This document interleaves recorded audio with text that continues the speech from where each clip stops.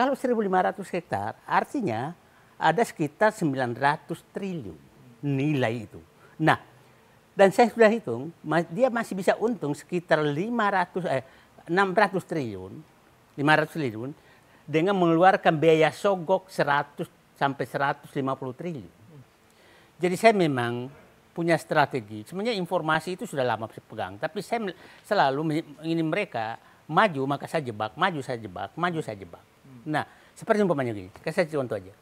Dia menyatakan bahwa ini hasil abrasi, oke? Okay?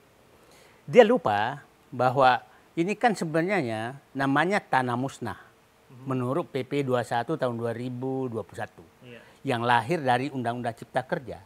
Jadi saya menduga bahwa pembongkaran laut dan lain-lain itu memang keinginan oligarki sehingga dimasukkan di Undang-Undang Cipta Kerja. Ada tanah musnah namanya. Tanah musnah ini bisa dibangkitkan kembali, ada pemiliknya.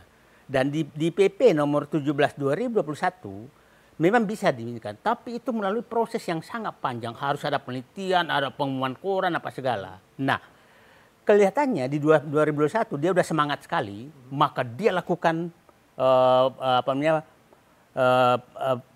pembuatan surat hampir seluruh. Nah, dia lupa. Nah, Pak Sofian Djalli 2022 menyatakan tanah musnah itu hanya bisa kalau diberikan kepada masyarakat yang di sana dan tidak bisa dimiliki. Oh, oke. Berarti Yang sifatnya HGB berarti? HGB, dia hak pengelolaan. Oh, pengelolaan. Hak pengelolaan dan tidak bisa dialihkan.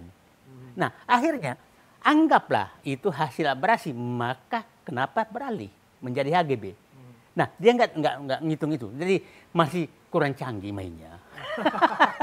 Coba kalau sama saya mungkin ini perampokannya kurang canggih. Nah, tapi itu kan saya kan punya orang di sana, itu bukan abrasi seperti itu. Oke lah. Tapi begini. Jangan kita terfokus hanya kepada pagar laut. Karena 5 perampokan dan perampasan aset yang dilakukan PIK 2 itu ada 5. Satu itu adalah tanah rakyat yang dibeli dengan harga sangat murah lewat intimidasi. Oke. Yang kedua, tanah rakyat yang luasnya agak tinggi itu yang dibeli dengan cara kriminalisasi. Ini banyak yang dalam penjara sekarang, masih ada dalam penjara. Jadi, nah, yang ketiga adalah pengambilan aset negara, jalan, sungai, irigasi itu hilang dan diambil oleh mereka. Yang keempat adalah tanah PSN yang 1.700 hektar itu kan punya perhutani, dikelola perhutani. Apa haknya Jokowi menyerahkan ke Aguan tanpa lelang? 1.700 hektar ini melanggar, walaupun sekarang udah. Yang kelima, ya laut. Nah, laut, Mas Abraham, ini pasti sangat menarik begini hitungannya. 1 hektar laut yang direklamasi dengan berbagai cara, itu sekarang mereka jual tuh 60 juta per meter. Oke. Akhirnya 1 hektar itu berarti nilainya 600 miliar. Dari biaya hanya sekitar 4 juta. Jadi saya menghitung, karena saya punya informasi, mereka sudah plot itu, seluruh pantai itu yang akan direklamasi dengan rekayasa bahwa dibeli dari rakyat, itu 1.500 hektar. Kalau 1.500 hektar artinya ada sekitar 900 triliun nilai itu. Nah, dan saya sudah hitung, dia masih bisa untung sekitar 600 triliun, 500 triliun dengan mengeluarkan biaya sogok 100 sampai 150 triliun. Jadi memang mereka bisa menyogok siapa saja untuk buka. Jadi itu ruangnya terlalu besar. Terlalu besar ya Pak? Besar. Nah, sampai di sana Pak Said, kalau disebutkan reason dari pihak PANI misalnya, pihak yang disebutkan namanya bagian dari konsorsium pemilik sebagian dari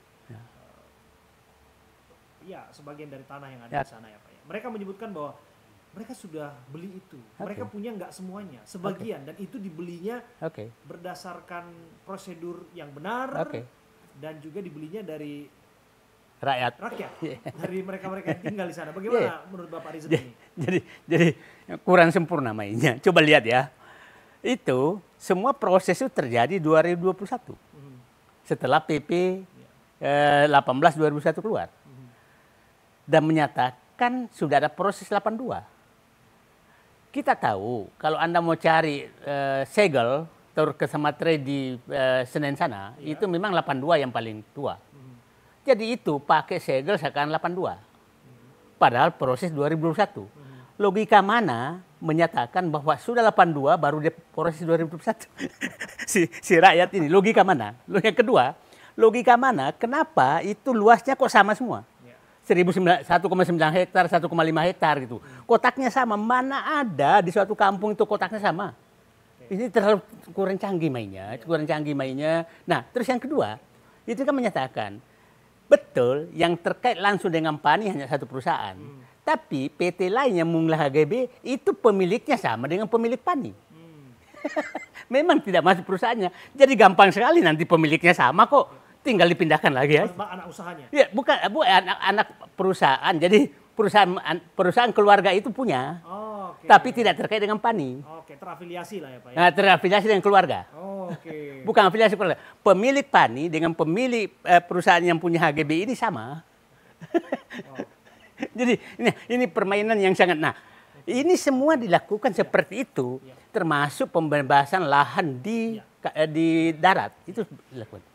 Saya juga melihat dan menyoroti bagaimana kemudian ada mereka-mereka yang mengakui staf desa, ada pegawai kepala desa dan lain sebagainya, yang mana mereka mengatakan bahwa mereka punya sertifikat di sana dan pagar laut itu adalah mereka yang mengerjakan dengan swadaya bersama dengan nelayan dan sebagainya, begitu ya.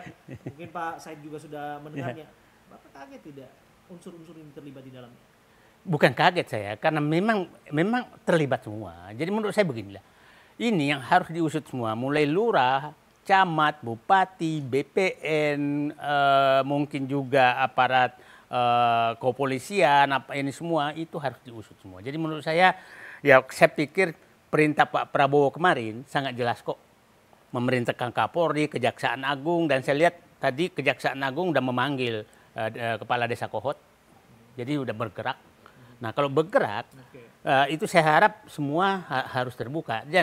Dan Pak Mas Abraham lihat kan betapa ada pembalikan betul-betul bahwa kan pernyataan Presiden Prabowo menyatakan tidak boleh lagi ada yang diistimewakan. Betul. Itu kan clear sekali. Betul. Jadi saya pikir ya mungkin ini tangan Allah bekerja, kami sedang teriak, Pak Prabowo muncul nasionalismenya, ketemu. Gak sempat baca? Dengerin aja. Klik icon text to speech, gak pakai ribet di okezone.com.